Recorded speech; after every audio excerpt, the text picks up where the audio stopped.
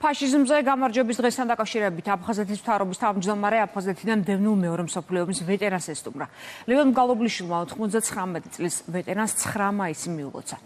მას სარეზერვო ფონდიდან 1000 ლარიან ერთჯერად დახმარებას გადასცემენ. დახმარება გადაეცემა კიდევ ერთ ვეტერანს, რომელიც დღეს აფხაზეთის მთავრობის წარმომადგენლებმა მოინახულეს. 9 მაისი ეს არის ტარიღი, რომელიც გვახსენებს მშვიდობიანი ცხოვრების ფასს.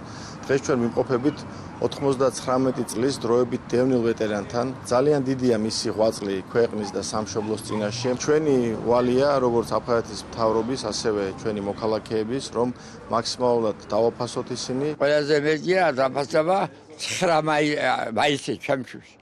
იმიტომ რომ 9 მაისი ხუთი ვიყავი ომში. დავუყარე სისხლი, მე დიდი მადლობი ვარ თქვენი, რომ აფხაზეთის მთავრობა მოგვიაჩამდა